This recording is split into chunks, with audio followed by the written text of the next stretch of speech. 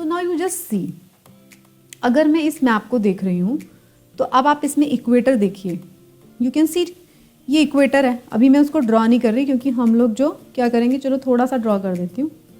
Okay, अब आपको पता चलेगा आगे आगे इक्वेटर एक्सटेंड होती जाएगी।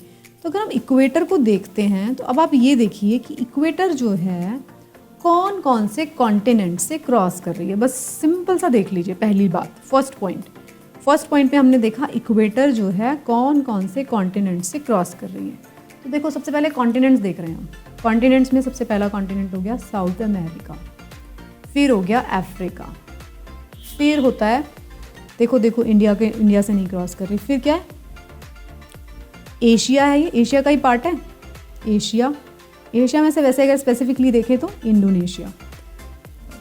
तो इक्वेटर कहाँ से क्रॉस कर रही है? South America, Africa, Asia.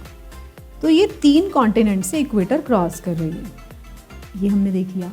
अब थोड़ा सा और डिटेल देख लेते हैं। अगर इक्वेटर साउथ अमेरिका से क्रॉस कर रही है तो हम देखेंगे कहाँ से क्रॉस कर रही है। हम अपने ब्रेन को भी स्टिमुलेट कर रहे हैं ना साथ साथ। साउथ अमेरिका के टिप से क्रॉस कर रही है बस।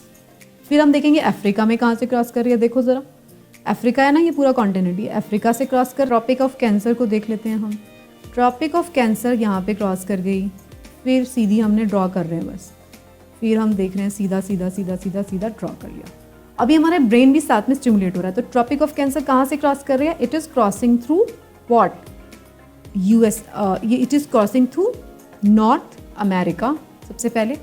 फिर कहाँ से क्रॉस कर रही है? अफ्रीका।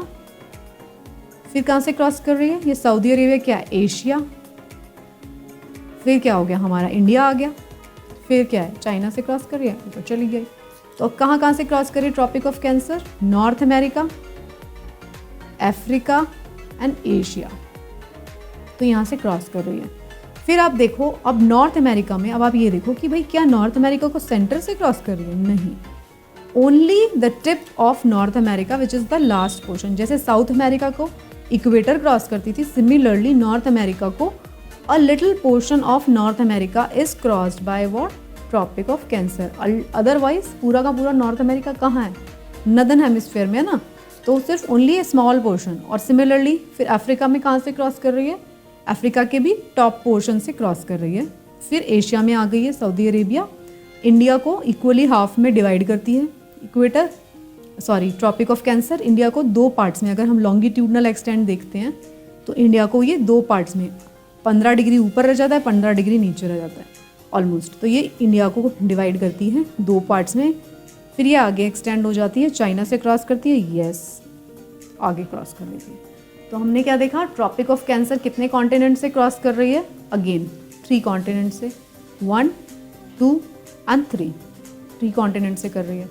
कैप्रिकॉर्न, तो अब ट्रॉपिक ऑफ कैप्रिकॉर्न देखो जी कहाँ से क्रॉस कर रही है? South America, Africa and Australia. ठीक है, अब आपको दिमाग में आपके मैप फिट होता जा रहा है। क्या क्या क्रॉस हो रहा है? साउथ अमेरिका क्रॉस हो रहा है, अफ्रीका क्रॉस हो रहा है और ऑस्ट्रेलिया। अगेन 3 कॉन्टिनेंट से और ट्रॉपिक ऑफ कैप्रिकॉर्न भी जा रही है। ओके फाइन, बस हमें अभी इतना ही देखना है, साउथ अमेरिका, अफ्रीका और ऑस्ट्रेलिया। फिर देखो अफ्रीका में कहाँ से जा रही है? उसकी लास्ट पोर्शन से, थोड़ा सा पोर्शन है बचा, वहीं से जा रही है। अब एक 4th लाइन रह गई, कौन सी है ये? Prime meridian. ड्रॉ कर लो इसको भी। देखो अब प्राइम मेरिडियन जैसे ही ड्रॉ की हमने देखा कहाँ से क्रॉस हुई? ऊपर से कहाँ से क्रॉस हुई? यूरोप और अफ्रीका। 2 कॉन्टिनेंट से क्रॉस हुई, Europe and Africa. Prime Meridian कहाँ से क्रॉस होती है? यूरोप एंड अफ्रीका से क्रॉस होती है। अब एक इम्पॉर्टेंट चीज़ निकल कर आती है।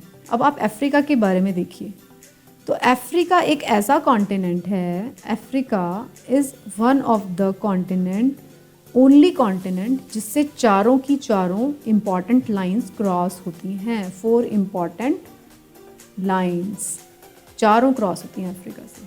देखो ये देखो, Tropic of Cancer, equator, Tropic of Capricorn और प्राइम मेरिडियन। तो अफ्रीका एक ऐसा कॉन्टिनेंट है जिसमें से चारों की चारों इंपॉर्टेंट लाइंस क्रॉस होती हैं। तो ये हमने इस मैप को देख के समझ लिया। तो Africa is the only continent which has all the 4 important lines in it. चारों हैं इसके अंदर।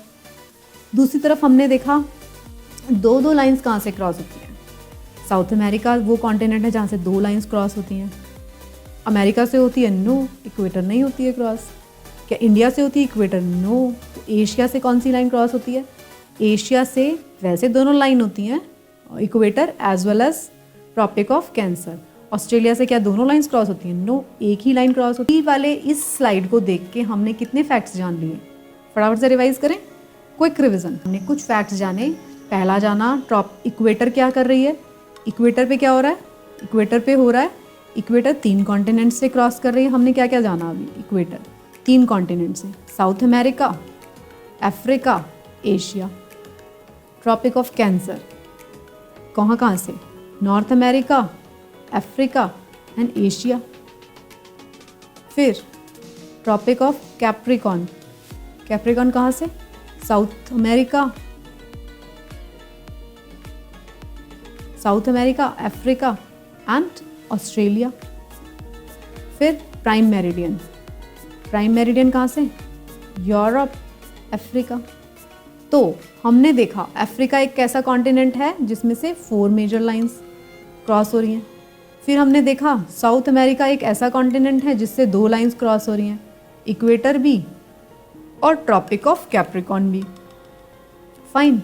ऑस्ट्रेलिया से सिर्फ एक ही क्रॉस होती है, एशिया से दोनों होती हैं।